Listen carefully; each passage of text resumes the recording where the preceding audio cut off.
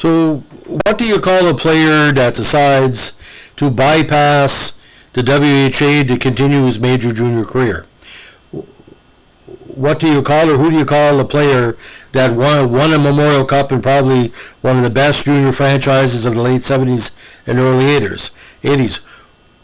Who do you call a person that broke the record for most penalty minutes in a game by a Boston Bruins skater with every opportunity of other people years before to do that? And who do you call a person that probably was the biggest overachiever that Boston ever had?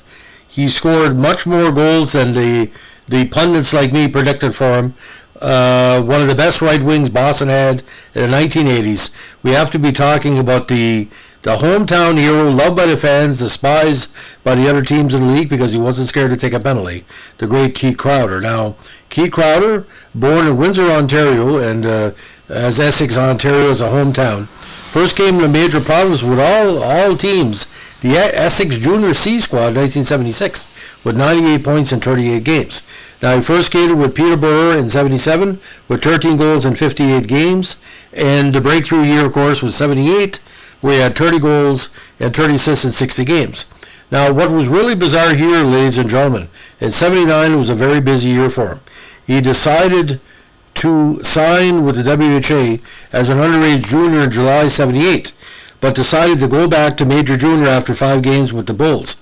Now, he wasn't technically a baby Bull. He was sort of in the second wave, as we say. That year at Birmingham, he had 1 goal in 5 games, and Boston took him on the backs of 25 goals in 42 games in 79, including 66 points. Like I said, he won a Memorial Cup in Peterborough in 79, that big squad. He was also their penalty minutes leader in that campaign with 28. He was the Ontario Junior C points leader with Essex and goals leader in 76 campaign. Now, after that great season with Essex, he enrolled at the University of Michigan, but left before the season to enter major junior with Peterborough. Now, he signed with Birmingham again as an underage junior, and he eventually became Peterborough's 9th pick in the 76 OMJHL draft. Now, the big problem with him in the early career was a bad ankle injury that occurred in February 78, which cut out a lot of his 77-78 campaign. Now, he was also adept at playing center for the teams he skated for. Now, Keith, after being drafted by Boston, he found himself with the Grand Rapids Owls and the Bingham Dusters of the IHL and the AHL in 1980. He only broke in with the Bruins in 81 after playing 26 games in Springfield with 30 points, including 12 goals. Now, his rookie campaign, he had 25 points in 47 games, including 13 goals and 2 goals in the postseason. Now, here it becomes quite interesting. The big number 18 with Boston eventually ended up a career with 223 goals in 662 games, including 494 overall points. He lost his Stanley Cup with Boston in 88, but he was the Boston 7-Player Award winner, Unsung Hero Prize in 85. He was the Boston Gallery Gods Trophy winner in 83, and the Boston Emery Edge Award winner, plus minus, in 80, 84, 85 for Boston. Now, where a lot of people thought he proved himself was in that 1981 season. He broke a Boston record for most penalty minutes in one game, which was 43 versus the Stars on February 26, 81. Now, all the penalty minutes were assessed in the first period, including 17 for a role in the fight with Steve Payne, just 7 seconds in the contest, and 26 minutes for his role in the fight at 8:58 of the first period.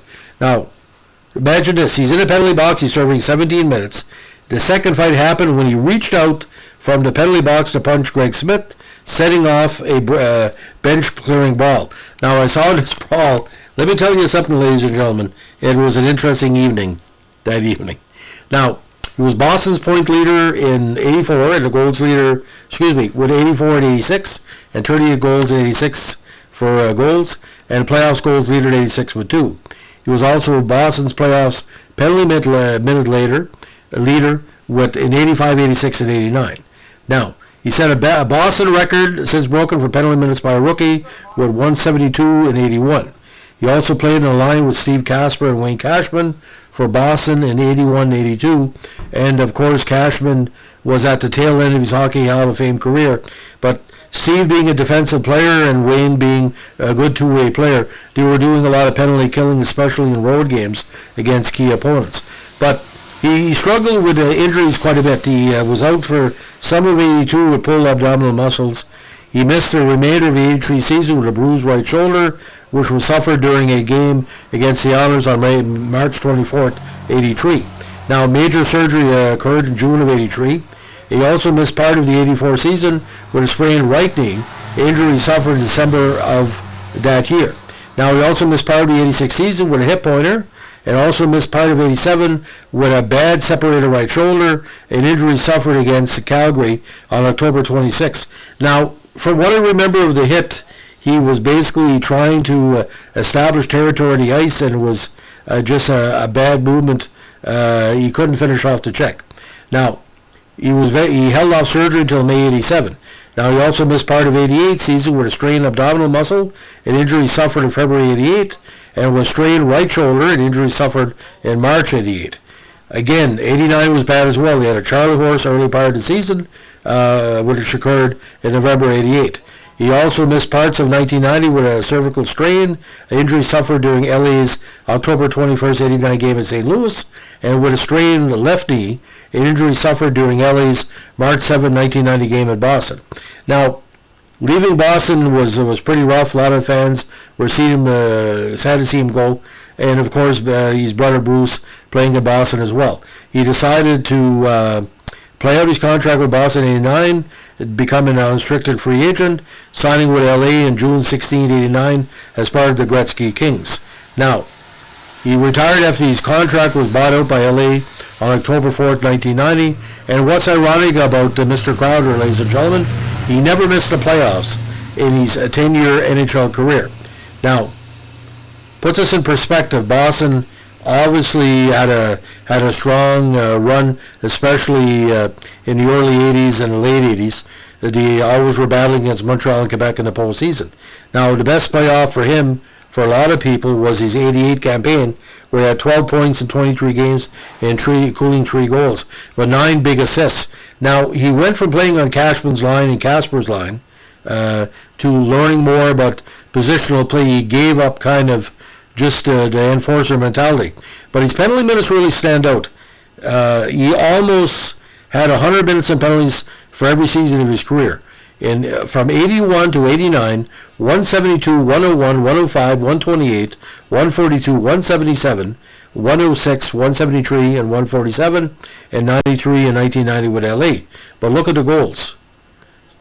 For all these years in Boston, 13, 23, 35, 24, 32, the big 38 and 86, where a lot of people feel is his best season. And that was the season he had the most minutes and penalties ever, 22, 17, and 15.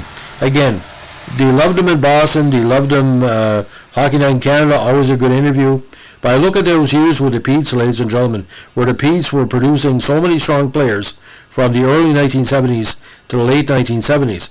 And that Memorial Cup team needed players like him to get it done. So this is the first of our 3-part series on the extended Crowder family, a Crowded podcast series. Keith, Bruce, and Troy, and guess which one is not related to the other?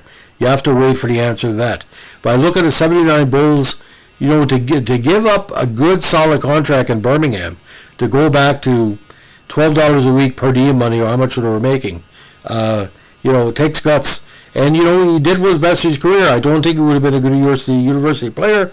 He was that rugged Ken Linsman two-way player that Boston needed, and it proved that in the late 80s, where again, after they finally bet Montreal, they were becoming more and more consistent cup contenders like they were in the late 1970s. Thanks for listening. Bye.